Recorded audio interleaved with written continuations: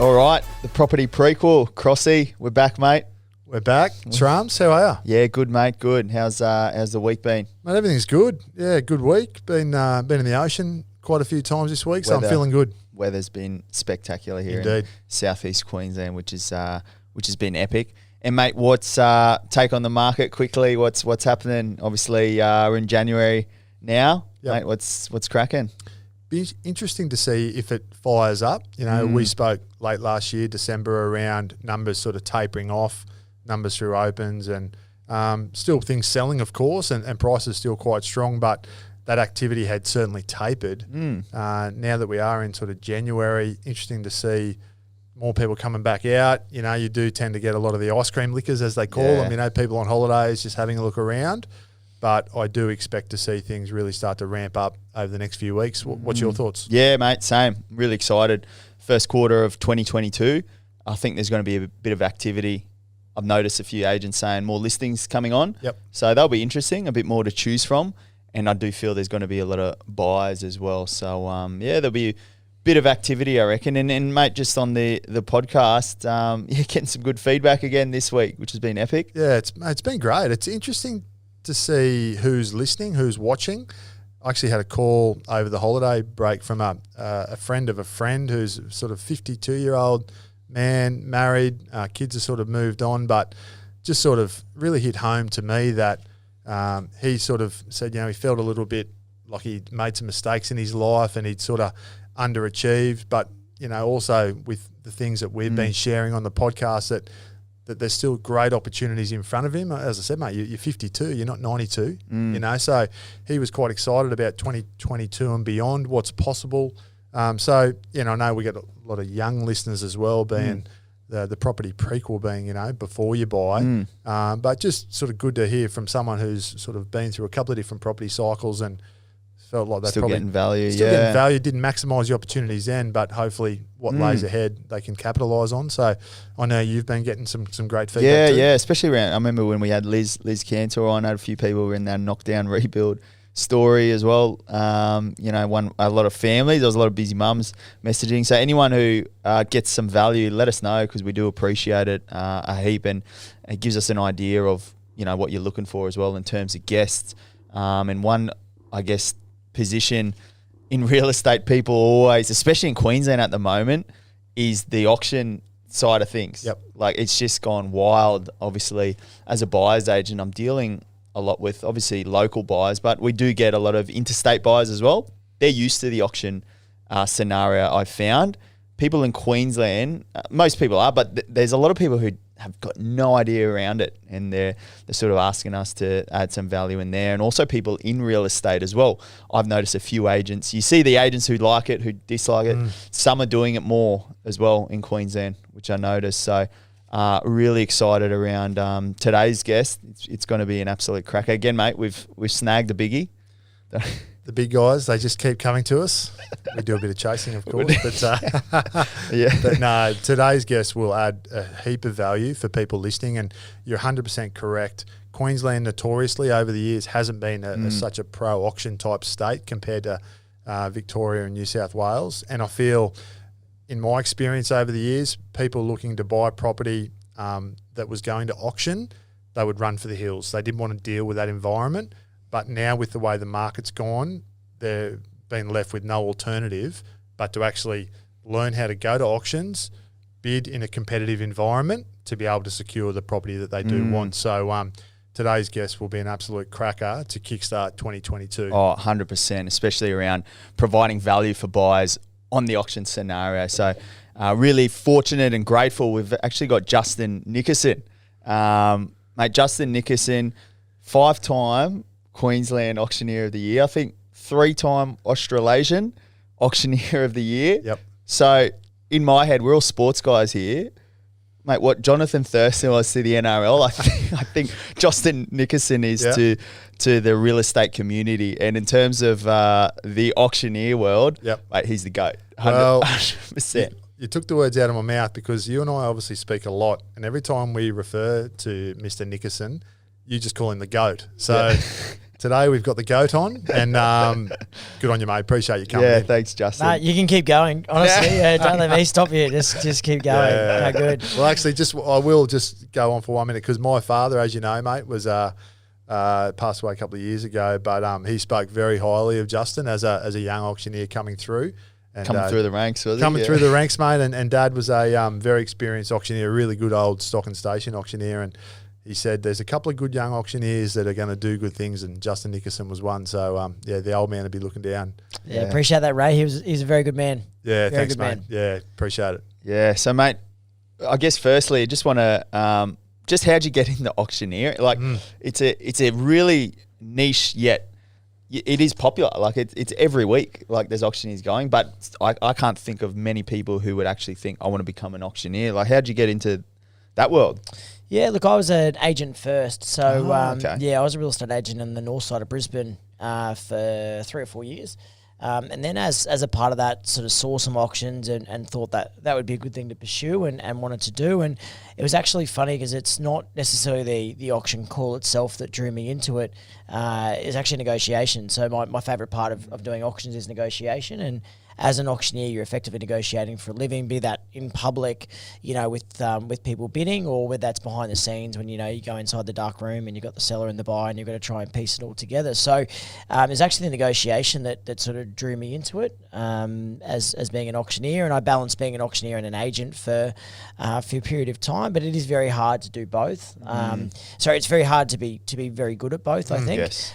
Both of them are different skill sets. They require time and energy and development of skill, and whatever you put your time into is generally what grows. So at a point in time, decided to pursue auctioneering as a path that I wanted to follow, and it's been an enjoyable ride.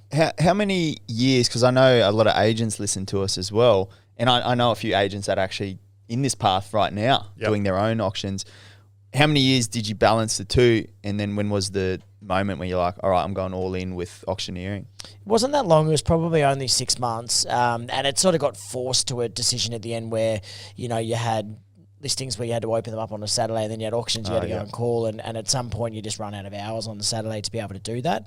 And look, I know there's a number of parties that do both, and in Melbourne it's especially prevalent where the listing agent will quite often be the auctioneer, but it is difficult to do that. I think about the listing agent who goes to the auction, they've got to worry about what are the neighbours Working there? the floor Who are they trying to create future business with? Have their buyers turned up? Are the buyers ready to bid? Have they had conversations with them? Have they spoken to their seller? Are their seller correctly positioned? All that sort of thing. And then you throw on top of that, they've also got to come up with an introduction around the property. They've got to try and be engaging. It just becomes too much. So obviously I'm biased because I'm an independent auctioneer, but I do believe they're two separate skill sets. And if you want to be really good at one of them or great at one of them, you sort of need to choose one and follow that path through. So if anyone goes to an auction that Justin Nickerson is delivering now, they see a very sharp, astute operator. But mate, take us back to the start. So obviously there would have been some training before you started, and then your first auction. Like how Give was us the the nerves? debut story, yeah. The debut. It was a pretty inauspicious debut, I can tell you that. So it's actually changed legislation. When I went through back in my day, they you had to do 5 supervised auctioneers under a licensed auctioneer. So you call your 5 auctions, and then a licensed auctioneer would be there basically to. I'm not sure about what your swearing policy is here, but basically to ensure you don't stuff it up too badly. Really? Yeah, to step in if you did.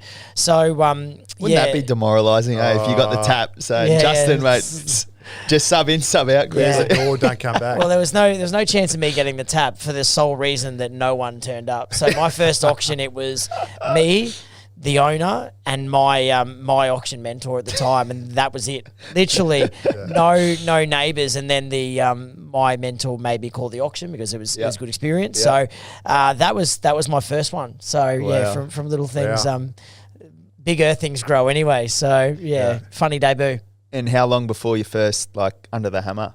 It was relatively quickly. I think it might have been on my 3rd or 4th one around there, and you Jeez, that would have been a good feeling. Oh, it's actually a nerve-wracking feeling, because you sort of, when you're coming to knock it down, you're past the point of no return, and you're sort of, in your mind, you're sort of looking at paper 4 times to make sure your reserve's definitely That's right. the number. Yeah, that's right. You know, Yeah. am I sure? Once I knock it down, there's no coming back. So, but it is a good feeling, and it's funny, even doing an auction, it's almost, you sort of get that liberating feeling when you know you've gone past the reserve, you know you're going to be selling it, it does free you up a little bit. You sort of, a lot of your strategy that you're worrying about in terms of bidding increments and also that sort of stuff disappear, because you know you're in sort of the end of the ride, so to speak. So yeah, it's an enjoyable job, that's for sure. And what did that look like then? So did you were you just like, all right, this is a career, like were you like, this is going to be my career? You knew it? Yeah, I always think I've got an addictive personality. So once I sort of get my claws into something and I decide that's what I want to do, it's sort of all in. And I knew pretty early on that auctioneering was a path I really wanted to follow. I was in my early 20s. I had half a business degree, hadn't applied myself at school, so I didn't have very good school results. There wasn't a lot of plan B there. So I think for me, it had sort of got to the point where, you've really got to commit and make a success of this, because if you don't, what's the next thing that's awaiting. So once I'd made a determination that it was going to be my career, it was sort of throw everything into it and give yourself every chance of possibly succeeding. And how manageable is your role, mate? So you do a lot of auctions on a Saturday, which is typical auction day, but as the market's changed and we've become more progressive as a, I suppose, civilization, you're doing, Friday auctions, you're doing night auctions. How far or how thinly can you spread yourself in order to create a really successful, so obviously, living for yourself? Yeah, well, you do need to spread yourself fairly thin. It's there's 2 myths or 2 questions you always get as an auctioneer. The first one people say is, do you talk really fast? And yes, but not as fast as stock and station auctioneers. I spoke about Ray and that breed of that cattle auctioneer who just do that chant. And so we're never as close to talking as fast as them, but no doubt I talk faster than the average person. The second one is, what do you do during the week? So I think people have this mythology around an auctioneer that you sit at home and watch Ellen all week and days of your lives, and then they roll you out on a Saturday, and then you go back in your cave. But the change has been, and it's probably been across the last few years, but especially in 2021, was auctions happen every day of the week at any given time. We had a day back in December where we did a 9 a.m. auction on Jefferson Lane that sold for 5.4 million under the hammer, with probably 80 people there at 9 a.m. on a Friday. This notion that auctions have to be on a Saturday or they've got to be Saturday 11 a.m. just doesn't exist anymore. Every Saturday we're doing auctions from 8 a.m. to 7 p.m. And there's very little variation in the crowd amongst that. It's funny because statistically our highest clearing day of the week, highest average attendance day of the week, and highest average number of registered bidders day of the week is a Friday. Really? Yeah. So what do you reckon that is? Any idea? Yeah, I do. I think that Saturday, there's everything draws people away from attending an auction on a Saturday. So there's a lot of other auctions, a lot of other open homes that happen at the same time as well. There's junior sport on a Saturday. Every birthday party, christening, etc. is all on a Saturday. Fridays, the only thing that really blocks you is working, and most people now have got some sort of flexibility around their working environments. Sure. COVID's changed this notion of you drive into a city 9 to 5 on a Monday to Friday, and that's just what happens. Very few people do that anymore. So there's now no barrier really to attending an auction, and Friday has been a really popular day. And just on that then, what does your schedule in a week look like? Like, surely there's a bit of Justin time. Like, what does a normal week look like? Yeah, so Monday is Ellen. Tuesday, Bold and the Beautiful. Wednesday, no. So I work every day. So other than Mondays, so Monday's my day off. Got an 18-month-old daughter, so Monday's daddy-daughter day, and my wife goes to work. But every other day we do auctions. Yep. Yeah. So, and most nights as well, every night of the week, certainly Tuesday night, Wednesday night, Thursday night, Friday night we have auctions. And then Saturday, Sunday are full. Saturdays I do Brisbane, Sundays Gold Coast.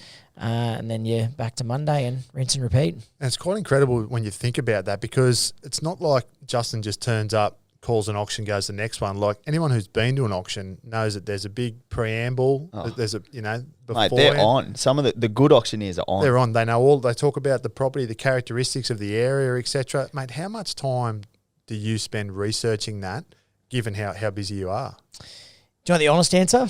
Yeah. Very little. Wow. Yeah, very little. And the reason is it's not to be disrespectful to the property or anything, but when buyers turn up to a property, they know what's attracted them to it. Yeah, that's true. The only thing we try and point out to them is what the owner has liked about it, because that's what they don't know. Sure. So I'll generally ask the owner a few questions prior to the auction. I'll ask them, how long have you owned it for? What have you liked most about it? Where's your favourite area in the home? What's a word you'd use to describe your home? That's actually your description then and there. What we've found from experience is people don't want a really long, rambling introduction that goes on for War and Peace. The buyers are there; they're ready to buy it. There's no point us holding them up, especially if it's hot and making them uncomfortable. You know, you're better off being short and succinct and getting into it. And it's funny because the breakdown there is that particularly most owners, think that you need to know a lot about the property in the area. You need to be the expert, but you don't, because you're actually not extolling the virtues of that much. What you need to be an expert in is buyer behaviour. So what I need to know and what I really need to understand is what are buyers doing, what are the triggers the buyers are doing, where are the buyers likely to get to, what numbers do I need to try and hold ground on, if I'm going to place vendor bids, where am I going to place them, all those sorts of things are the things that I need to be 100% clear on. The property is almost secondary to all of that. Yep. And then that, I guess, where's that relationship with the agent in terms of how many open home numbers, has it been offers prior? Like, is there any info that helps you come the day? Like how active is that relationship with the agent? Yeah, very, very much so. So through the whole campaign or just usually a week the 11th hour? Yeah. So usually, particularly with the experienced agents that we work with, and the vast majority of relationships we have now with experienced agents, they'll either send us their final report that they're sending to the owner so we can have a look through and sort of peruse that, or we have a phone call the week prior to the auction and effectively ask them, look, what have your numbers been like through the campaign? How many offers have you had? Out of those offers, how many of those buyers are still active and likely to bid? Where's your owner at? You know, what's the gap between where the owner wants to sell it and where the market is? That's the information that we need, really, to help us do our job. I was just going to say, Crossy, just one more on because it really amazes me. And Justin, as I said, we're really fortunate to have him. And I've seen him early at the 9 a.m. auction, and then, mate, I've gone to the beach, I've done a few things, checked on some inspections, ate lunch, come to the Arvo one. Bold and beautiful. Energy's still strong. Yep. Mate, what do you do to keep the energy high? Like I've said, you're always at a good energy. What do you do? Yeah, you got any habits or routines? I think I've got a fairly strong morning routine. So Yep. I like exercising in the morning. Gets your day off to a good run. Usually I've written in a journal. I'm a pretty big writer, so once a day I usually write in that kind of thing. Or morning coffee sets sort of my day up for Yep. a routine. But I just think it's important, and I've always had the thought process that the owner who I'm calling, like I got an auction, tomorrow night. I'm not sure what day this is coming out, but an auction tomorrow night on Saturday. Yep. That's at 7:15. I've got an auction tomorrow morning at 8 a.m. The owner at 7:15 is paying me the same that the owner at 8 a.m. is. So the responsibility is that I've got to be as sharp at 7:15 as I am at 8 a.m. And that's just how your job goes. Like we're pretty lucky. The job that I do it's not a physically demanding one. Like mentally it's demanding, but it's not physically demanding. You know, I'm not digging ditches or, so I can't really cry too hard that my job's more difficult than anyone else's. It's just about having that mental sharpness that you sort of, you switch off between auctions when you're in the car, and then as soon as you walk back into the auction, you're back on and ready to go again. What's the most you've cranked in one day? I've done a Saturday with 18 on sites. Yeah. Wow. Yeah, it's a big day, and it's a mentally draining day. I'm not very good company when I go home. That's for sure. My wife gets worse than me, I think. Well, that's what I was going to ask you. Like, how's the voice at the end of the day? Because I know with the coaching that I do and some public speaking, etc. Like, by the time I get home, as you say, you don't want to talk, but the voice is cooked. How's your voice at the end of the day? Mate, touch wood, I've never had a worry. Yeah. It's one of those things that I've been really lucky around is not having an issue with my voice. I used to, when I was early on in my career, I used to have pineapple juice, used to be quite good for my throat, which is funny because it's acidic, but it used to be good for my throat. But I've never really had any worries. Occasionally, like if it's been a really long Saturday with a lot of bidding, or a Sunday, you might it starts to go off a little bit. But I'm also pretty conscious around trying to keep auctions in environments where I don't have to yell. Where your voice starts to struggle is if you're doing back to back to back out on the street, out in the backyard, and you're yelling, particularly with windy days. So wherever possible, we're going to do it inside, which helps me, but it also helps the crowd because the crowd's contained as opposed to everyone sort of being everywhere. Yeah. I was just going to ask, obviously, Matt and my podcast, The Property Prequels, around helping buyers, be in the know before you buy. You're obviously representing the vendors on behalf of the agents, to sell the property and get the highest price. But some dialogue at auction, that for the novice buyer or investor, are we on the market yet? All these sort of terms that sort of get thrown around. We all know them, of course, but can you just run through, you would hear it a lot. Are we on the market yet? Sir, Justin, whatever it is. So what does that actually mean? They don't ever call me sir. I'll tell you that. And I know Maddie and I've gone toe to toe a few times and bidding, and I know Maddie likes waiting for it to be on the market. It's such a funny thing, this on the market thing, and it's a thing that's born out of southern states, that it's almost like people expect there's a warm-up auction, then you say the words on the market and the real auction commences after that. And it's funny because in Queensland legislation, the words on the market don't appear anywhere. Everyone has this expectation that it's going to be said. Everyone has this belief they're going to wait for that to happen, but it legally doesn't have to happen. And what we say to buyers, it's like you go through a property and you love a property and you think it's a great property and you really want to buy it, but you go, you know what? Unless the auctioneer says water bottle at the auction, I'm not bidding. He says water bottle, I'm bidding, but if he doesn't say water bottle, I'm not going to bid, because the words water bottle and on the market have the same legal significance. So we're trying to say to people, look, it doesn't have to be said, and you're better off not waiting for that to happen anyway, because there was a situation recently, and I won't name the auctioneer, but an auctioneer here on the coast didn't call it on the market and sold it. Yeah. Forgot. Yeah. Buyers jumped up and down, but legally they've got no recourse because nothing was done that was illegal. So I just think it's important not to be holding back and waiting for that. We always say that the best strategy for buyers is try and do things that make your competitors uncomfortable. And if you wait, all that does is get your competitors comfortable with bidding. And I think it's important to get out there nice and early, place a nice opening bid, get in the feel of it. The auctioneer can see you feel like you've got rid of your anxiety, and then you're sort of off and racing, beyond that point. So most people have this romantic notion that they're going to wait, and they're going to swoop in at the end like the Fonz and pick up the property.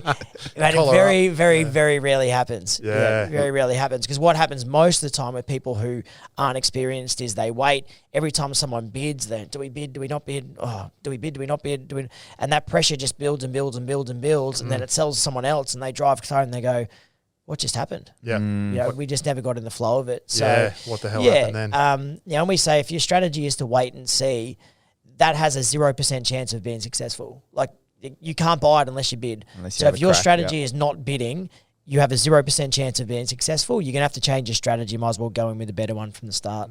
Love that. What I'm hearing there, Srams, is for our rugby league followers and analogies, just get an early touch. A couple of tough carries early. Get in the game. Get in the game. And then, look, I use it with some buyers who come up to me at auctions we've secured at auction. They say, can you give us a tip? I just say, look, I've registered my client. I'm not there to look at the view. I'm there to buy it. Yeah. That's right. Yeah. It's it really baffles me at auctions, and I've had auctions as well. I want to get deep on this around the psychology that you notice, but I've noticed, like, even ones I've just been confident, like, just it somehow puts a fear. Would it be right in saying that? Like, what tip could you give the buyers, novice at bidding, just some basic tips for them at their first auction? Before you go to that, I'm going to say the two things that baffle me, because you say the things that baffle. The first one that baffles me is when we go up to a buyer at an auction and you say, do you want any help? And they say, no, we've bid at lots of auctions. You say, have you ever bought at auction? No, we haven't. So, well, I think you need a bit of help there, because your strategy is clearly not working. The second thing is the ones that, people have been through the property 3 or 4 times.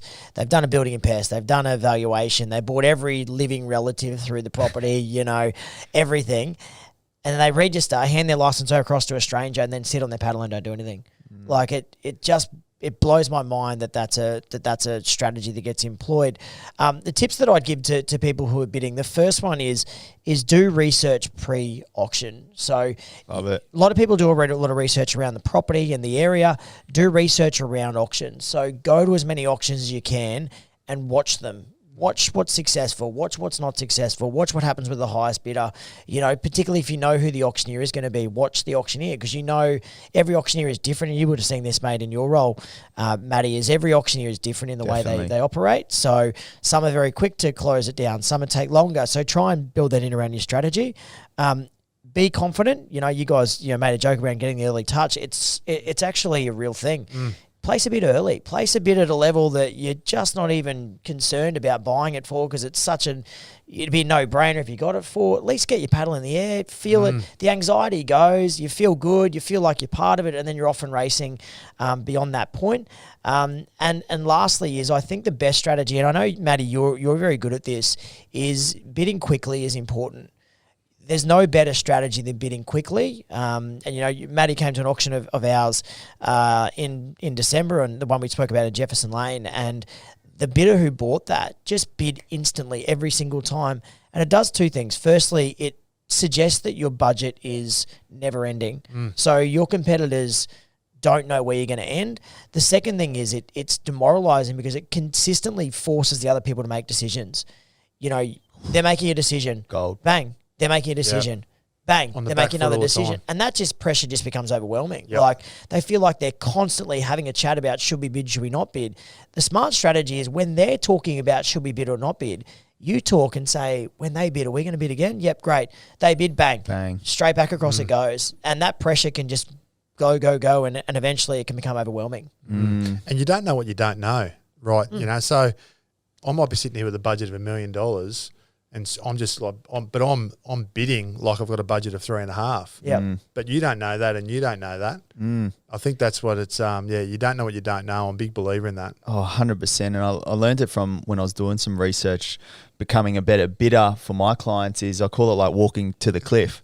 Like, we've won auctions $3,000 to spare, no joke. Yeah. But the guy comes up to me after, mate, where were your client? They had a budget, and I was like, yeah, mate, they were going to go all day. But little did he know, you know what I mean? That's a perception. It's the but you created that. And I just wanted to chat to Justin the word perception and things like that. So what's from, and now you're flip the switch on your side as an auctioneer, what sort of do you want to perceive representing the seller, I guess? Like, what's some strategies around there that you do, I guess, for some auctioneers who might be listening? Yeah, so we unashamedly work for the owners, and we make no bones about that. We want buyers to buy property, absolutely. We want to help buyers and make it as an enjoyable experience as they can, but we are compensated by the owners. So we're always going to be working on behalf of the owners. And I think the toughest part for that sometimes comes in when you have parties that are, got different bidding strategies. One is taking a long time to bid. The other one is bidding really quickly. And then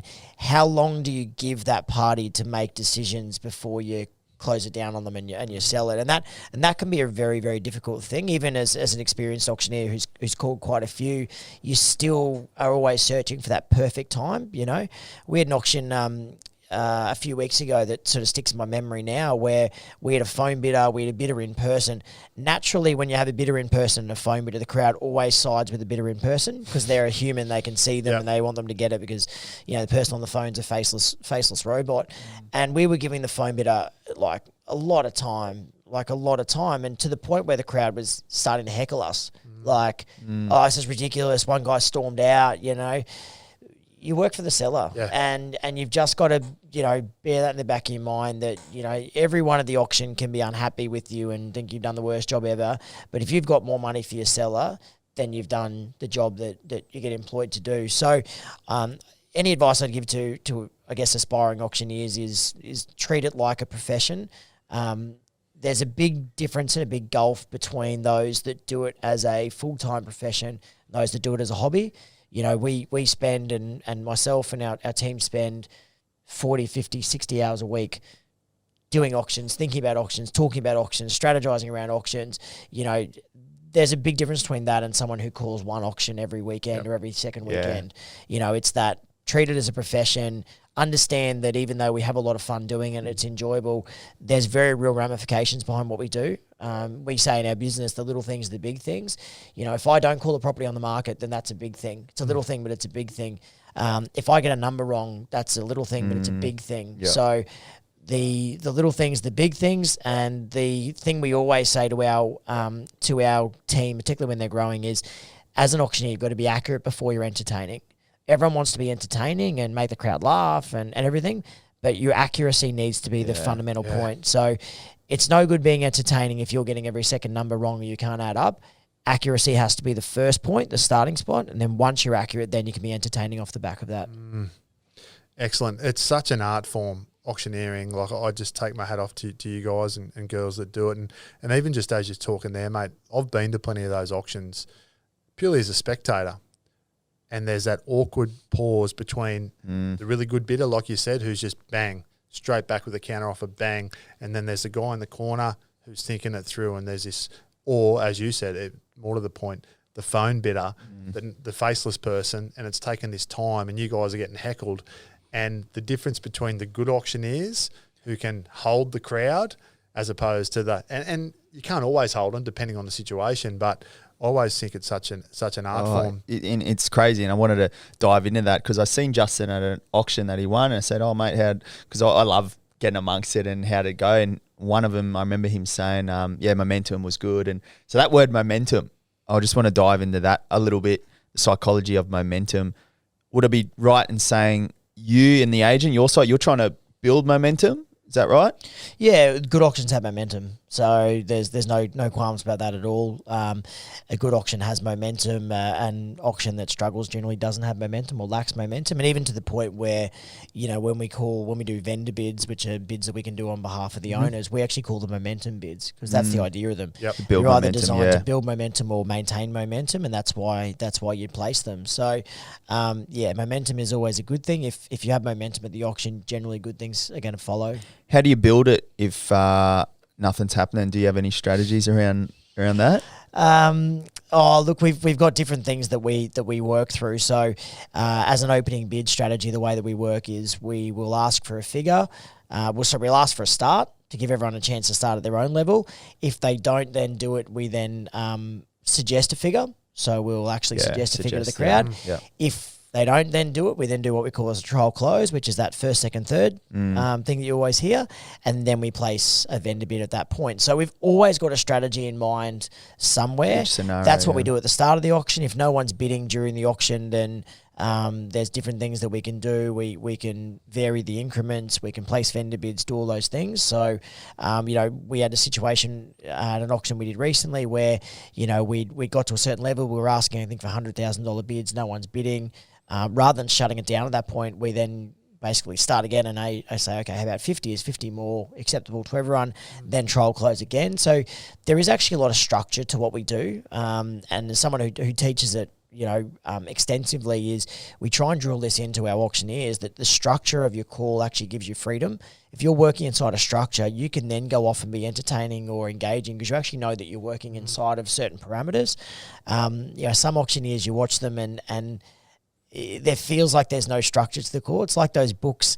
I might be showing my age now. When I was a kid, you used to have these choose your own adventure books where you get to the bottom of it and walk down the path on page 37 and that. And sometimes some auctioneers feel like that. It's like you're on this wild ride and they don't know where it's going and you don't know where it's going and it's going to end somewhere. So, building that structure around your call means that no matter what's happening, you've always got a plan. And then I guess to add value to buyers, because a lot of buyers are led by the auctioneer asking for the increments. Now, there's no legal law, obviously, for buyers to actually bid what the auctioneer's asking for. Would it be fair in saying that? I guess I can't really lie. I'd love to lie and say legally, yes, you have to do exactly what the auctioneer asks you to do. No, there's no legal requirement to do what the auctioneer asks you to do. The auctioneer can refuse a bid at any point for any level, which is only generally done if it's going to disrupt the momentum of the auction. I'll give you a bit of an insider tip here, and hopefully no one's going to use this against me at any of my auctions. The general rule of thumb is that the auctioneer will ask for double what they'll accept. So if we're asking for 50, it's because we're prepared to accept a 25. We're asking for 100, it's because we're prepared to accept a 50. So yeah, that's the idea is, and it's a simple negotiation tool. As you know, if you want to go into a buyer and you want to give them to pay you 20 more, you ask for 40, because the nature that people do is generally cut you in half.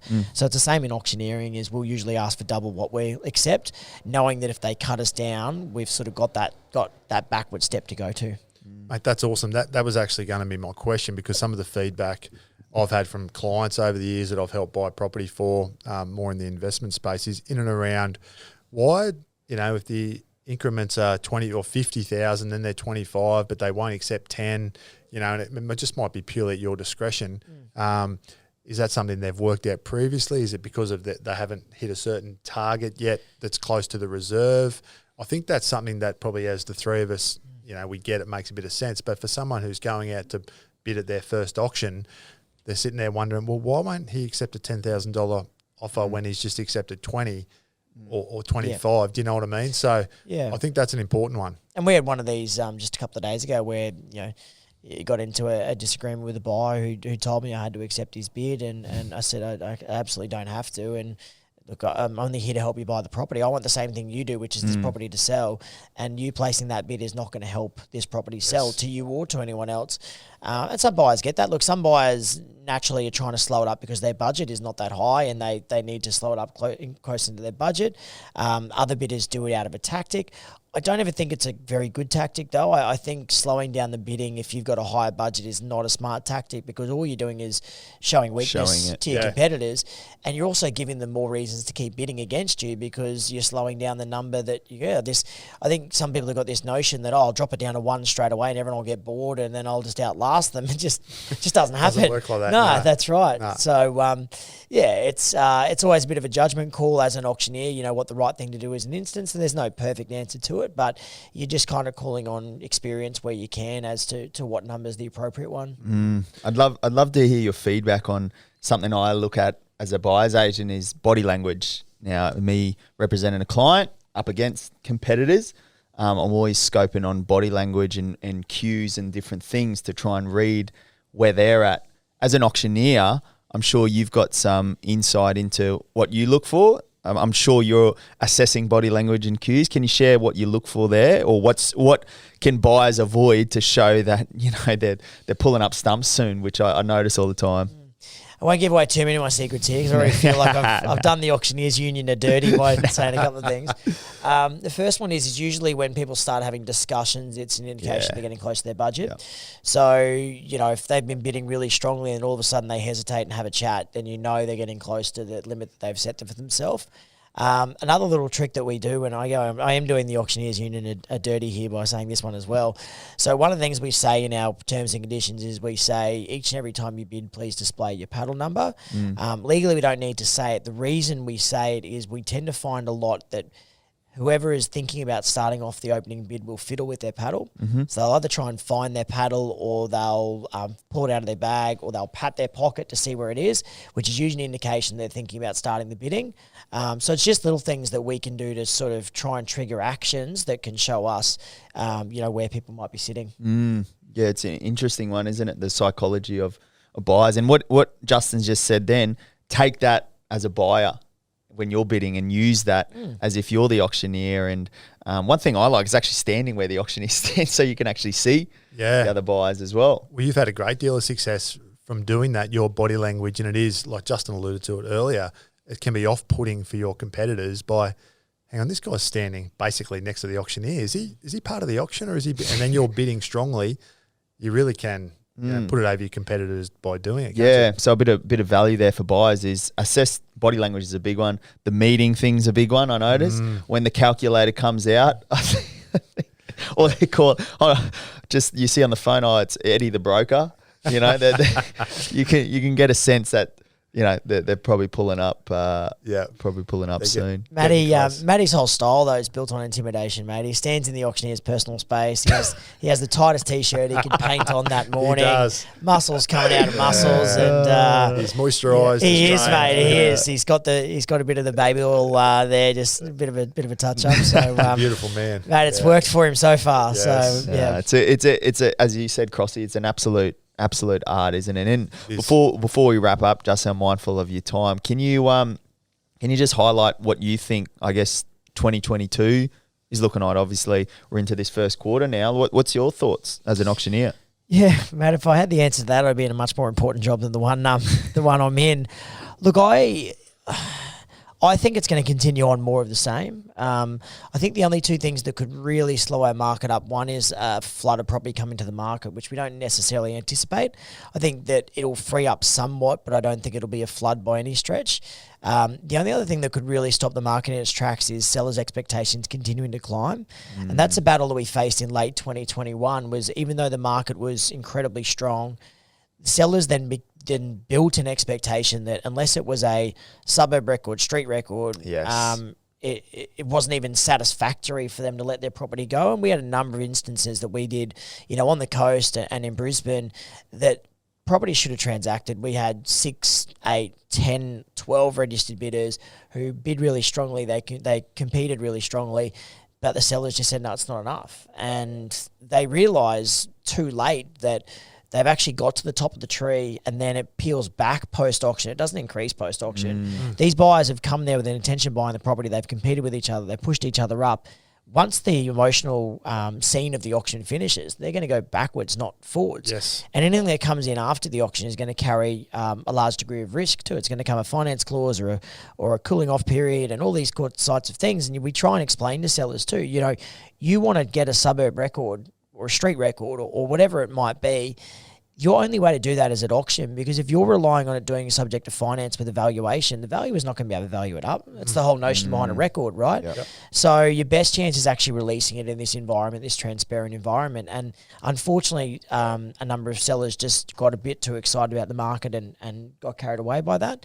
I think the other X factors that will come into it will be Aussie expats. Do they continue to come home?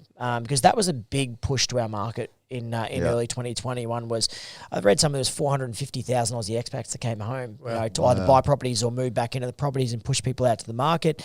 An election on the horizon, what impact does that have? Traditionally, it slows down the market.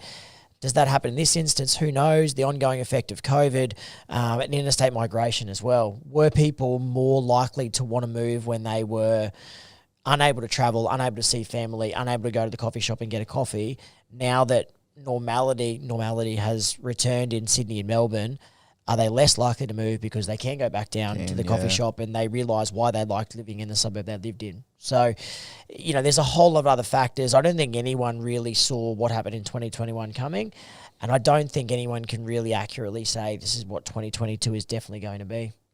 That's interesting. That's something that Srams and I speak a lot about, is what will happen with the whole border thing. You're right, because there's probably pros and cons or reasons for and against why it would continue to kick, and potentially why the brakes might come on for that reason. But, mate, just to sort of finish off, a couple of things we always like to ask. But the first thing I want to ask you was success stories over the years. What's an auction that you've done that sort of stands out where, you might have shot the lights out, it might have overachieved massively, or, just give us a couple of your best experiences.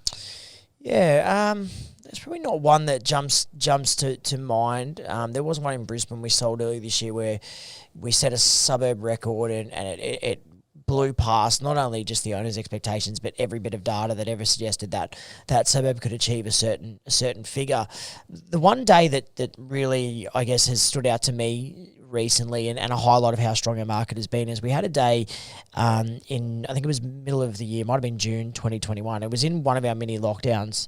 So I'm pretty sure from memory the lockdown got called on a Thursday night or a Friday morning. Yep. We had a slate of 14 auctions on the Saturday, 14 on-site auctions that immediately had to go online. So we had to pivot and push them all online. And a year ago or 2 years ago, that just would have...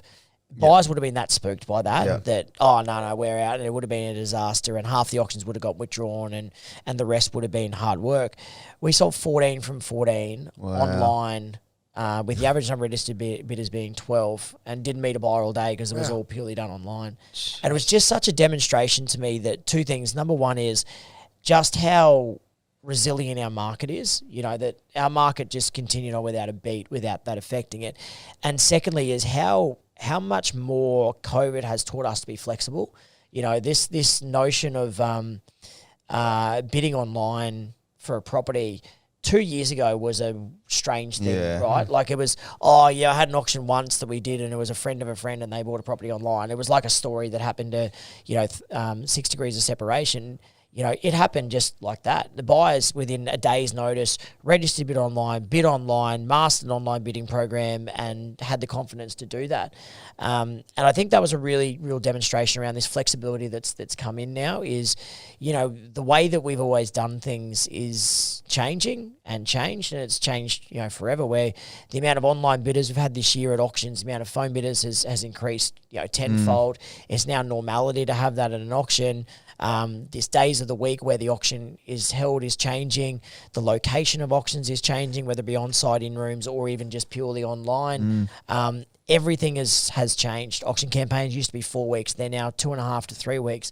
Everything has changed, and I think COVID has taught us to be flexible. Is what you thought normality is no longer normality. Everything is different, and you've either got to embrace that and run with it, Adapt, or put 100 posts up on Facebook about how everyone's taking away your freedom, and No one does that. no, I haven't seen any at all, and hashtag oppression, hashtag apartheid, hashtag all that. So, I just think it's about being flexible, right? Like you've just got to be flexible in your thinking, and that's the way it is. We've called auctions in New South Wales for 10 years, and only in the last 12 months have we had to show someone our vaccination status, or the last couple of months when you go back across the border to call an auction. That's just normal now. Like it's just the way things have gone. So I know that's a very long answer to a very short question, but that day just stood out to me like such a epitomisation of how Just much how things the have changed. world's changing. Yeah. A bit of a watershed moment, yeah. And can I say, it was the least stressful day of my whole year, not having to fight traffic between auctions, literally staying in one spot, calling 14 auctions back to back. It was just the dream. Actually, just quickly on that, what do you think of online? Well, I like it. It lacks the same emotional connection you have at an 100%. on-site auction. 100%. But in some instances, it's a good way to go. Yeah. Yeah. And I think the important thing we're saying to agents is give your buyers flexibility. Some buyers are going to like to want to be at the auction, feel the auction, 100%. stand in the auctioneer's personal space, really be part of it.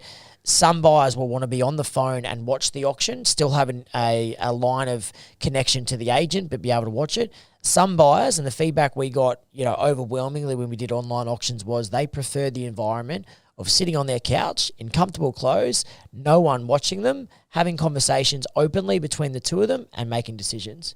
And this thing we're saying to agents is, don't choose for your buyers how they should bid. Give your buyers freedom of choice. The notion that you used to have to go to an auction is changing. We can now bring an auction to you, and that's important. Yeah, that's great. I've actually had a mate who did an online auction last year, and I was a bit hesitant for him, to be frank. He did some significant renovations, and there was some good Instagram stories of him sort of filming himself as the numbers just kept going through the roof, and he's just there saying the renos are worth it, and he's just got the footage of the price popping up, and it was in excess of 200 grand over and above what he was hoping for. But mate, as we wrap up, just interested to know what's next for Justin Nickerson, as far as, mate, you've got a very successful business, you're a busy man, 18-month-old. Have you thought about, mate, the future, how much longer you want to be doing it for, retirement, legacy for the kids? Yeah, look, it's a bit of a hard one, and we become, I guess, a bit of a prisoner in what we do. And the job that we do has so many upsides and benefits that the trade-off to it is that you sacrifice your weekends.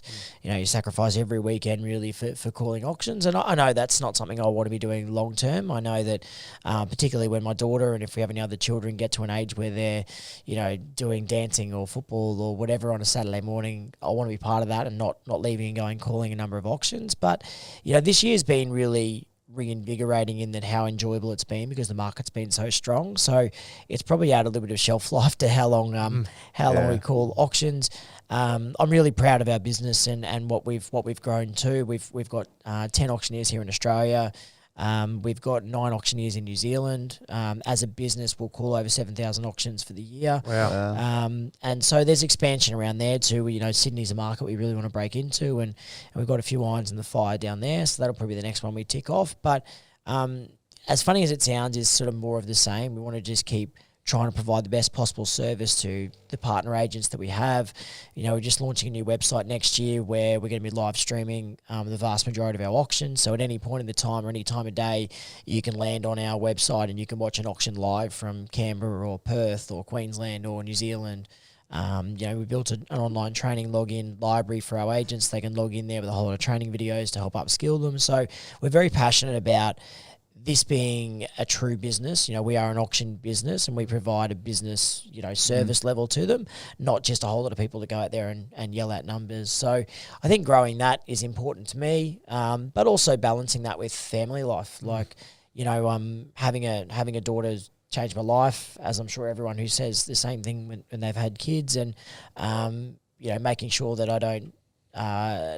I don't lose time in spending with her and watching her grow up is always at the forefront of my mind too. So finding that balance, which I know everyone tries to do. That's why there's so many self-help books and balance books and podcasts and everything. And certainly definitely not there by any stretch, but trying to work on it as best I can. Well, you're certainly in the sweet spot at the moment, mate, with the business. So, yeah, congratulations. It's been great sort of watching, over the years, and it's probably time, Shrams, do you think? Yeah, we'll hit them with they're witty, but can they handle the Fast Five? That's right. That's the property prequel Fast Five. He's looking at us thinking, oh, no. Yeah, but he's already read the body language. Yeah. He knows. I thought there was some sort of initiation ceremony coming up or something. And mate, just want to acknowledge you. And I guess a big thing for buyers is you just heard firsthand how much, I guess, dedication, attention goes into each auction from the auctioneer. So why does it make sense that a buyer can just rock up on the day with no strategy, no thought of what they're going to do, but you know what I mean? Yep. It just shows you're up against it if the auctioneer, the seller, agent are all on that level and you as a buyer on a certain level. So It just shows straight away how much actually goes into auction day. So treat it seriously. Can I just make a point on that, mate? Because you raise a really interesting point, and I think there used to be a notion around I just turn up and see what happens at an auction. I think buyers have now acknowledged that doesn't work. It just doesn't work anymore, because if you're up against someone who has a better strategy than you or a professional, it's just not going to succeed. And I'm really pleased to see that buyers agents in particular are becoming more and more prevalent, because it's such an important decision in your life that you should be getting a professional involved. I've actually got a theory, and it's a drum I've been banging for years, and no one listens, but I'll use this platform to keep banging it. I think to register to bid at an auction, you should have to pay a $5,000 deposit to register to bid. Yep. If you're unsuccessful, it gets refunded to you. If you are successful, it forms part of your first deposit, because it changes the notion of the people who register a bid. If you want to turn up and register, you should be serious about buying the property. And why I'm so passionate about this is because if you have a degree of people who are just turning up and registering just in case, or we see what happens, and they're never going to bid no matter what, it changes the conversation I have with the owner. So I walk into the owner before the auction and I say, you've got 6 registered bidders, and their expectations get inflated. Oh, that's great. Yep. And then you can't say to them, look, we're only confident 2 of them are going to bid. The other 4 are just here on opportunistic levels. So I just think your number of registered bidders would go down, but the active bidding percentage would go up. And it would make people treat the decision around registration seriously, rather than just doing it as sometimes a whim. That's a great point, isn't it? Because to turn up, to fill out your details, show your driver's license, it's hardly a big undertaking. It's not. It's nothing. But Justin's saying it's totally right, mate. I agree. And I've been in situations as a vendor where, oh, mate, great news. You've got 9 registered bidders and you've got 2 people bidding. Exactly. You know, and they think it's a failure. Yeah. When those 2 are your 2 serious all the way along. That's right. Yeah. No, I love it. Yeah, awesome. I actually like that idea. That's a good idea. All right, Fast 5. First thing that comes to mind, COVID's out. You can travel anywhere in the world. All right, where's the family settle down? Anywhere in the world, just family home. And what type of dwelling? Anywhere in the world. Mate, I wouldn't go far. I'd probably go there anyway, the Sunshine Coast. Oh, yeah? Any suburb big in passion particular? of the Sunshine Coast. We just bought a house in Majimba, so I'll stick with Majimba. Majimba, nice. Yeah. But if our budget increased and I called a few more auctions, we'd probably go up to Sunshine Beach, I think. Yeah, that's that level step. Wasn't that Liz's one as well? Right? Was it? Yeah. There you go. What a part of the world. Yeah, I think I'd settle for Paddy Rafter's old house, the one that he sold to Betty's Burgers guy, and then they sold it to Kevin and Therese Rudd. Really? That house would do me very well. It's a cracker, Paddy's old house. Yeah, nice. What about blue chip investment anywhere in the world, you want a bit of cash flow just to sit there pretty, where would you put your money, you reckon? Matt, I wouldn't mind a nice little apartment overlooking Central Park. Oh, yeah. That'd Yep. do me. Yeah, Yep. just a nice little apartment. Bit of overlooking capital Central growth in Park. that market. Yes. Yeah. I think so. Otherwise And look, rent even it if it grew 0%, I'd have a heck of a time enjoying Yeah. it and save anyway. Yeah. What about all right, the lads? This is pre-married, pre-kids. Where's the party at? Where are we going worldwide? Anywhere? Penthouse. Probably New York, I think. I'm a big American football fan. Oh yeah. Yeah, huge in American football, and pre-children and sort of pre-wife or pre-being married, used to do an annual pilgrimage over there to watch a couple of games. Oh, awesome. So getting back to that would be it. I'd butt it up against a couple of NFL games, go and watch them, and then probably New York. There's a bar in New York. It's my favourite. It's called Don't Tell Mamas, little piano bar, and it is unreal. So that's There where you it go. start. Heard New York's good. Who's your team? Jets or? No, Minnesota Vikings. Oh, the Vikings. Oh, the Vikings. Yeah. What about where's the holiday home? Holiday home anywhere in the world. I'd have two because why not? 'Cause you can. One at the Yes. beach, yep. So we'll go up on Sunshine Beach. Something absolute beachfront up there would do me well. And then I'd probably have something on the border of maybe Austria and Germany. That's a nice little place to be able to ski off. Oh, nice. Wow. Yeah. I didn't expect that. Yeah. But that's good. No, he's covered That's a both different seasons one. there. He's a smart operator. That's right. Yeah, And he calls it's easy when it's a fantasy, right? We don't have to That's pay right. for it. And mate, How many auctions are calling this year to pay for that one? yeah. Not enough. Not enough is the short answer. And mate, just lastly, just a real easy piece of advice for buyers out there, if they would ask Justin Nickerson, the GOAT auctioneer. Yep. What bit of advice could you give some buyers? Be brave. We see where buyers go wrong is they lack confidence, and they let the overwhelming they let how big the decision is overwhelm their decision making. So be brave. If you find a property that you like, just give it your best possible crack. And if you don't get it and someone else gets it, then it wasn't meant to be, and so be it. But you should be able to walk out of there knowing that you went with it with every fibre in your body, and it just wasn't meant to be. Outstanding. Gold. And that's why he's the JT of the GOAT. Correct. Mate, thanks again. Really appreciate your time. Pleasure, guys. Thanks for having me. Thanks, mate.